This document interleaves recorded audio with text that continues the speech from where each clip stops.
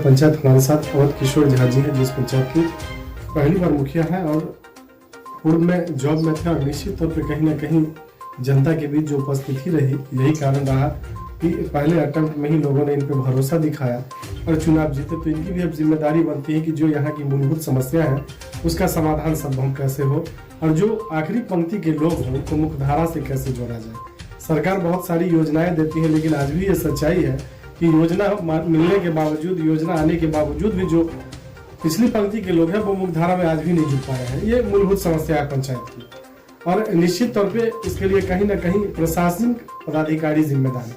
जो लोग बाहर बैठ के फैसला कर लेते हैं किसी भी योजना का, धरातल पे नहीं आते हैं, यही कारण है कि ये इम्प्लीमेंट नहीं हो पाता। आपके बेनीपट्टी जो प्रखंड है आपका, ये एक विधानसभा भी है बेनीपट्टी, जहाँ से बीजेपी के ही विनोद नारायण झा जी विधायक है और सांसद स्थानीय जो है अशोक यादव जी बीजेपी से हैं, दोनों बीजेपी के हैं।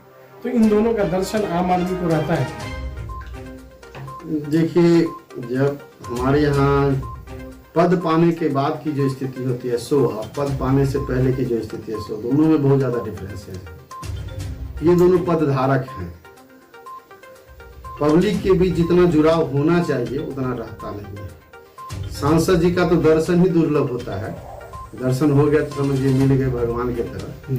विधायक जी का थोड़ा बहुत इन्वॉल्वमेंस है पंचायतों में, हर जगह जो है उनका इन्वॉल्वमेंस देखने को। हम लोग के पंचायत अभी तक मानिए इतना ही दिन हमारा 1.5 साल हुआ है, मुखिया बना हुआ 5 बार 6 बार उनसे मुलाकात हमारी जी, या वो किसी तरह का काम करने अगर आते हैं पंचायत के अंतर्गत, जैसे अभी चबूतरा दिए हैं दुर्गा स्थान में, एक स्टेज दिए हैं, तो वो पर्सनली बुलाते हैं।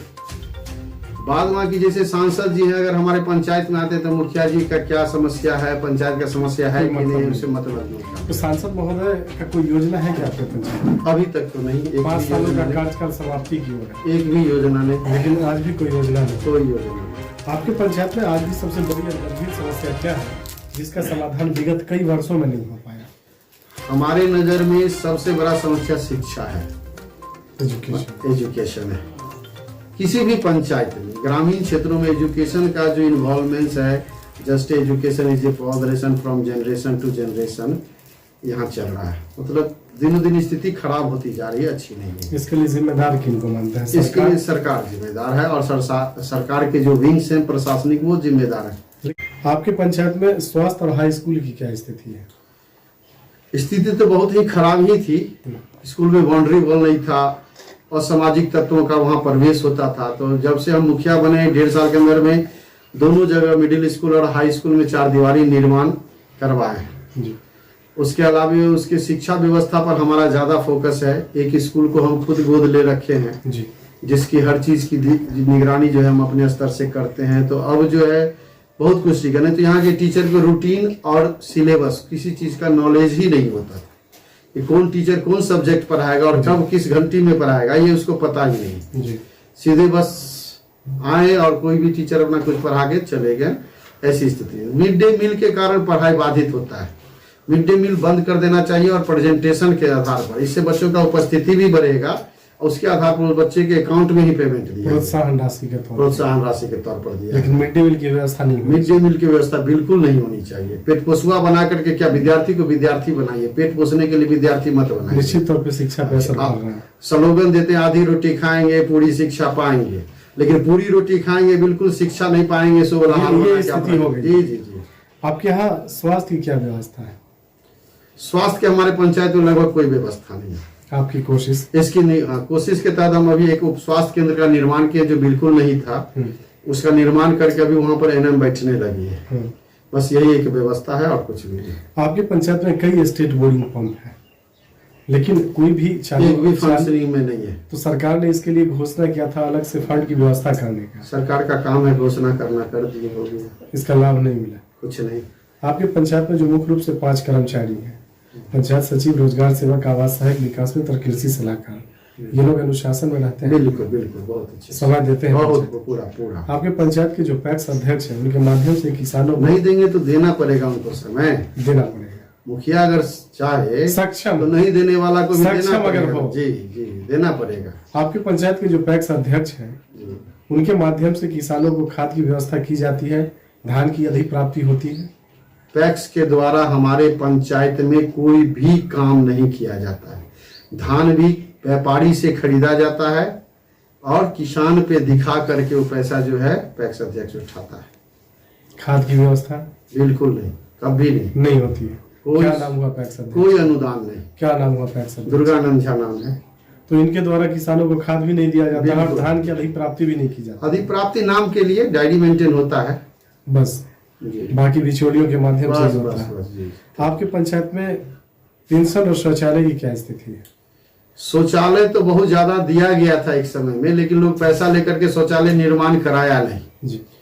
पैसा उठा करके खा गया। तो अभी बहुत करीब 15-16 शौचालय तो हम बनवाए हैं जी। अपने रीजन में कह करके हाथ पैर जोड़ करके, लेकिन अभी भी लोग खुले में शौच जाते हैं। ये मानसिकता है या मजबूरी है? नहीं, मजबूरी भी है और मानसिकता भी है, दोनों ही इसमें शामिल है। आपके यहाँ जो 15 वार्ड है उसमें निश्चित तौर पे महादलित बस्ती भी होंगी, तो वहाँ पंचायत के माध्यम से सार्वजनिक शौचालय की व्यवस्था की गई? अभी फिलहाल हम एक किए हैं, सार्वजनिक शौचालय बनाए और एक बना रहे हैं वार्ड नंबर 4 में, जिसके लिए ईंटा उटा गिरा दिए हैं। योजना चालू है, वहाँ काम चालू है, उसमें कोई दिक्कत नहीं। बिहार सरकार की 2 महत्वाकांक्षी योजना है, कन्या विवाह और कबीर अंत्येष्टि योजना, लेकिन दुर्भाग्य है कि दोनों में से किसी की राशि समय पे नहीं मिलती है और कई बार जो जनप्रतिनिधि होते हैं उनको अपनी इज्जत प्रतिष्ठा बचाने के लिए पॉकेट से देना होता है। तो क्या सरकार को व्यवस्था में बदलाव करना चाहिए, इसको बंद कर देना चाहिए?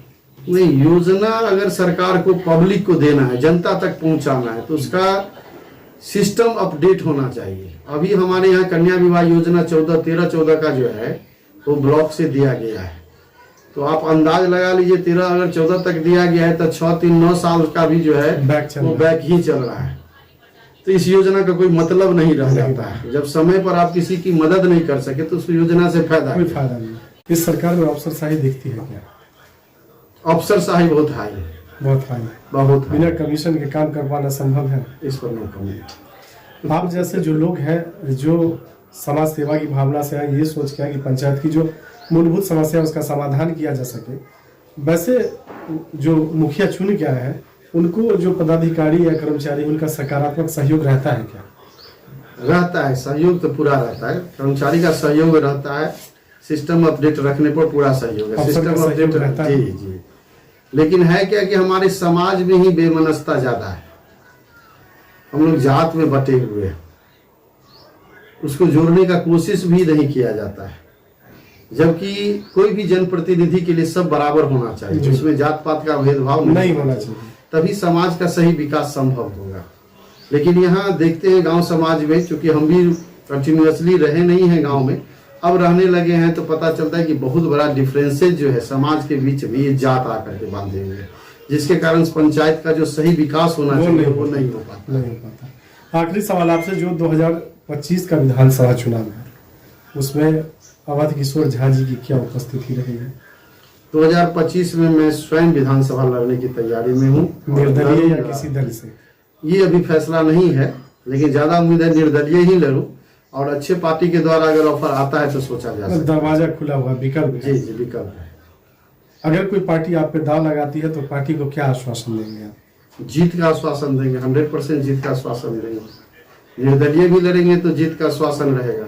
क्या कारण है इसका? इसका कारण है समाज के प्रति हमारा समर्पण, हर घर से हमारा संबंध, पंचायत के साथ साथ हमारा विधानसभा क्षेत्र में जितने भी गांव पंचायत आते हैं वहां के लगभग सब जनप्रतिनिधि के साथ मेरा अपना एक विशेष लगाव। हम लोग की शुभकामना, सहयोग आपके साथ है, जनता आपको मौका देती है। अगर आप विधायक हो जाते हैं बेनीपट्टी के, तो चुनाव जीतने के बाद आपकी पहली प्राथमिकता क्या होगी? सबसे पहली प्राथमिकता मेरा शिक्षा ही रहेगा, उसमें भी एजुकेशन जी पहली प्राथमिकता होगी। जी। चलिए, अवध किशोर झा जी, न्यूज IVN 7 और सुदर्शन न्यूज से, क्योंकि कहा गया है यस सरस्वती विराजते तत् सर्वत्र संपन्ना, जहाँ सरस्वती का विराज वहाँ सब कुछ संपन्न होता है, सब कुछ अच्छा होता है। अगर एजुकेशन हो जाए तो समाज सुधर सकता है, ये बिल्कुल बिल्कुल। चलिए, धन्यवाद। आज शिक्षा ही कमजोरी का कारण है।